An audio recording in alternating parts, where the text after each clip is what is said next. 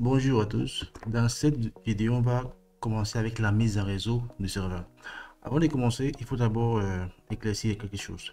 Dans ce cours, on ne fera pas la configuration des services. On ne fera pas. Cette vidéo, ce cours est fait juste pour mettre en place la messagerie. C'est-à-dire, il y a des services qu'on ne configurera pas.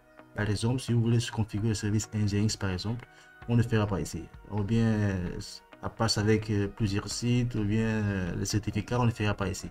Ce cours est fait juste pour la configuration et la mise en place du serveur de messagerie. Si vous souhaitez configurer des services avec CentOS, rappelez-vous que CentOS appartient à la même famille que Rocky Linux. Et sur la chaîne, dans la chaîne, on a un cours avec Rocky Linux, là on a configuré tous les services. Donc ce qu'on fait avec Rocky Linux, c'est aussi valable pour ce qu'on a fait avec CentOS. Donc, si vous êtes là pour configurer les services, tous les services réseau, allez voir les cours qu'on a fait sur Rocky Linux parce que c'est la même chose. Et ici, on va tout simplement mettre en place la messagerie. On va configurer les services dont on aura besoin pour mettre en place la messagerie. Donc, dans cette vidéo, maintenant, on va faire la mise en réseau. On va commencer avec. Donc, qu'est-ce qu'on appelle mise en réseau? Mise en réseau, c'est de donner un nom et une adresse IP au serveur. Avant de faire n'importe quoi, avant de faire quoi que ce soit, avant de configurer la messagerie, il faut d'abord mettre en réseau le serveur. On va commencer par changer, définir l'adresse IP. Pour ce faire, on tape ici la commande nmtu. nmtu ici. Et on peut ici modifier une connexion. Ici, on a des cartes réseaux. La première carte réseau sur accès à Internet. C'est pour cela ici, on a laissé ici sur automatique pour que les serveurs puissent recevoir une adresse IP automatiquement depuis la machine physique. Et la deuxième carte réseau, c'est 192. C'est pour la configuration des services. Donc ici, là, on va fixer notre paramètre. Donc on va ici, sur manuel. On définit ici l'adresse IP. Je vais mettre ici 10.10.10.254/24. Et la passerelle, je vais mettre ici aussi 10.10.10.254. Bon, l'adresse IP, ça dépend de vous. Ça, c'est mon adresse IP. Ça dépend de vous. CVDNS aussi 10.10.10.254. Et la recherche, je vais mettre ici Sénégal.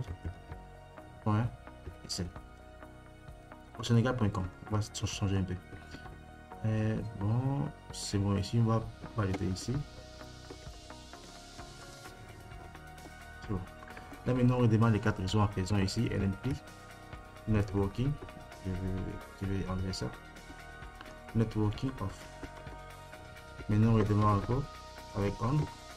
Si on vérifie maintenant les quatre réseaux avec ifconfig, on voit ici la carte 1992 qui a pris l'adresse IP qu'on a fixée et la carte 1960 qui est une adresse IP qu'on ne connaît pas parce qu'elle l'a reçue depuis la machine physique.